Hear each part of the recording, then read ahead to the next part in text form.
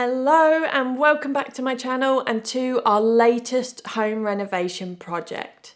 Earlier this year we renovated one of our guest rooms, and given that I've claimed the other one for my wardrobe, we're now on to our last guest room. As with all other rooms upstairs, they are technically in the loft as this is a converted bungalow, so they all have an apex roof, which is always something that's a bit tricky and needs thinking about and working around with regards to layout. This room hadn't been touched since we moved in, aside from an initial clean, but as we hadn't used this room and we knew we'd be stripping it, we never saw a need to spend time doing a deep clean in there. In terms of issues in this room, along with head height, we have this random step over by the window, and at this point we had yet to see what was under the carpet and how that step was constructed to see if we could get rid of it or if we had to keep it. The roof window was very old and made from a wooden frame which was rotting, so this needed to be replaced and would be done along with some other roof windows in the house, along with this leaded window on the side. Finally, there was some boxing in on the far wall. We know why this was there, and as you can see, Simon has already taken a hammer to this to investigate inside. This wall isn't straight. It's above our office, which also doesn't have a straight wall, as many of you saw in our office renovation video. This boxing in was created so that a bed could sit against it at the right angle, so it's almost like a headboard. So before getting started with any project, I always go in and take measurements so that I can start to plan the space and start looking for the various pieces of furniture that we need for the room. And I'm using the HonourPad X9 to help. I always find it useful to have a notes document with all measurements for each individual project so that we can refer back to those when needed. In this case, measuring out the floor space for new carpet and underlay, and also measuring the window area for a blind. Once I've got these measurements in my notes, I spend a bit of time gathering some inspiration for the room, usually on Pinterest, and then start sourcing items like blinds, furniture, carpet and soft furnishings. The HonourPad X9 has an 11.5 inch 120Hz 2K Honor full view display, which is an 86% screen to body ratio. So whether you're browsing online or watching a show or a film on a streaming service, you get a super clear high definition picture. And it's not just the picture that's really clear. The HonourPad X9 also has 6 surround speakers. These are strategically placed in pairs on 3 sides of the tablet and include a lightweight subwoofer on the bottom. So they really give that effect of a surround sound system. I'm going to be taking this with me on my lovely 10-hour flight to Florida in January, so whilst I won't be able to take advantage of the surround speakers on the plane, I will be able to download plenty of films and shows because it has a large memory of up to 128 gigabytes. There is currently a sale on the Honor website, so you can get this HonourPad X9 for $139.99. With Christmas coming up, this high-spec tablet makes a really great gift and what I think is at a very reasonable price. And there's also a bundle deal for this HonourPad X9 along with the Honor 90 phone, which has a saving of £120. Now I'll leave a link below in the description box if anyone wants to check them out.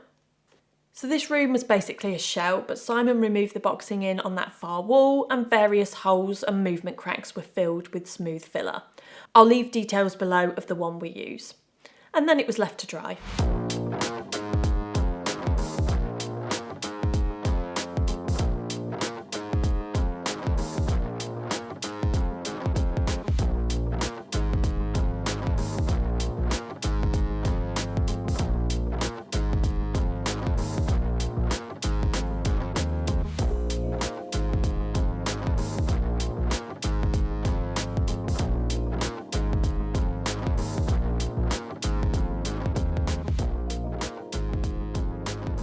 The next task was to remove the old carpet and underlay and then to have a good hoover up. Once the carpet was up, we could see what was going on with that random step under the window. It appeared to be built into the walls, so unfortunately it couldn't be removed, but we had considered that when talking about plans for the room. It would have just been a bonus if the step could have been removed. So when renovating, especially slightly quirky homes like this, older homes, you do get used to random things popping up. But my advice would be to think about several options for your project, especially if there's something you can see, but you can't fully see it, if that makes sense. Always have an option B, is what I'm saying. This little built-in wardrobe needed a hole filling in from where there was an extension cable leading to a plug socket, which was more conveniently located than inside a wardrobe, but as there were plenty of sockets over in that area, we decided to remove this one and fill in the hole. The far internal wall also needed boarding as it was just exposed framework. We are going to do a little bit more of a makeover on this wardrobe as a mini project next year, but as this bedroom was a time-sensitive project that we needed to finish by Christmas, the plan was just to give it a quick spruce up with some paint.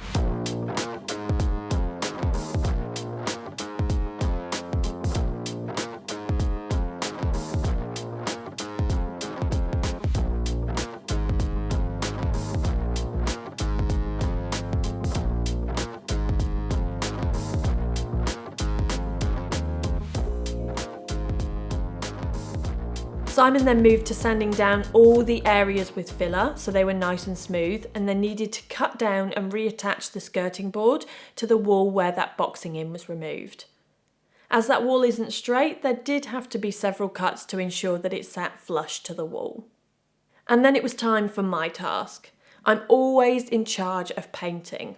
It's not the most fun job to do, but it's definitely made easier with a podcast on in the background. As mentioned earlier, this Honorpad X9 has those 6 surround speakers, so it's perfect for playing music or podcasts, as well as watching TV shows and films. Painting, although a bit tedious, is quite satisfying because colour and tone make a huge difference to a space. As usual, I chose little green paint in the colour Joanna. You regulars will know that I chose this paint in this colour for pretty much every room in the house so far. Both Simon and I love it. It's such a great neutral and it's a really calming colour. We've actually had a lot of compliments in it when people come by the house. This room gets the sun in a morning on one side and then the sun in the afternoon on the other side, so it's always a really bright room. And Joanna changes in tone depending on the time of day. There's more about this in a story highlight titled Paint over on the Emma Hill Home Instagram. Even when it's a lighter colour that I'm painting over, I always do 2 coats for a nice even finish. Some of the areas with filler needed 3 coats, but it's literally just over those little sections, not over the entire wall. I use the same paint to do the ceilings as well, as this can make the room appear larger, which in a limited height headroom space like this is very welcome. I also use the same paint on the skirting boards and any other woodwork like the doors to the wardrobe and the main door into the bedroom, which I remove for ease and also remove all hardware. At some point I'd like to invest in a sprayer because I've heard they can make life so much easier. There was Artex on the top of the wardrobe, so Simon used thermal paper to cover over that and then some thermal lining paper over the top of that to leave me with a nice paintable surface. The new roof window was installed, but due to weather conditions, the fitters were a few days later than planned. This unfortunately then had a knock-on effect to the plasterer that we had booked in to come in after the window was fitted. Both the window and plastering around the window was all supposed to be done before the carpet was fitted, so that there was no mess. But because of the delay, the carpet had gone down before the plasterer could get to us. We had to use a lot of protection to ensure that the carpet and walls remained clean. Once the plaster was dry, I could then paint that small area, again using protection for the carpet. Once all the painting was done, the carpet layer came to fit our new carpet, which is the same 100% wool carpet that we have in the other guest room. And we also bought some to replace the stairs and landing, but we're holding off until the new year to get that done so that we can paint that area first. Just with new carpet and fresh paint, it had already started to make the room feel nice and fresh. Simon and I then started to add in some of the fixtures. We changed over all the sockets and switches over to our usual Varilight matte black fixtures, and we have those throughout the rest of the house. The electric blind that I measured for at the start of the video arrived just over 2 weeks after ordering, so we had the battery pack charging ready for installing. We have some other electric roller blinds also from Blinds to Go in other areas of the house, but in here I decided to go for one of their newer products, which is a Roman electric blind.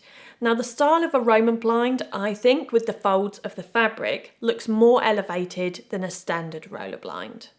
We can have this blind on a timer using the app, which is great for when we have no guests and when we're not going in there, but we also bought the optional remote so that any guest can operate it to suit them. Like our other blinds, we have a thermal lining so that it keeps the cold at bay during the winter and the heat out during the summer. Unfortunately, there was a delay with our window for this space, so that will have to be fitted in the new year. At the start of the video, you may have seen that our big bed from our previous house was in this room, but it took up a lot of space as it had a really chunky frame and a large headboard which would have covered some of the window. So we sold that and bought this oak bed from La Redoute in the Black Friday sale. It's still a king-size bed, but it has no headboard, and we chose that so that I could make one to a custom size, as I did in our bedroom. I made a full video on how to make a headboard with a removable cover so that you can wash it, and the link to that video is down below in the description box if you'd like to have a go yourself. We got a large chest of drawers for storage, and I spent a few hours playing around with decor pieces for on top of the chest of drawers and adding in any last bits and bobs to make it feel cosy and welcoming. I do like trying different items out in various areas of the house just to see where they fit best. This room, whilst limited in head height, definitely needed something else in here other than the bed and chest of drawers. And here we are after just over a week of flat out working on this room. It definitely feels more in tune with the rest of the house, and it's a room that I wouldn't be ashamed to welcome a guest to, or maybe banish Simon to if he's snoring. We can leave the HonorPad X9 in here as well when we have guests, as there's no TV, so they could watch something if they like, listen to a podcast or music, browse the internet on a larger screen than their phone, or maybe just have a little read. Thank you, as always, for watching. Check out my home playlist for all our other renovations so far, and stay tuned for the next one coming very soon. I'll see you next time.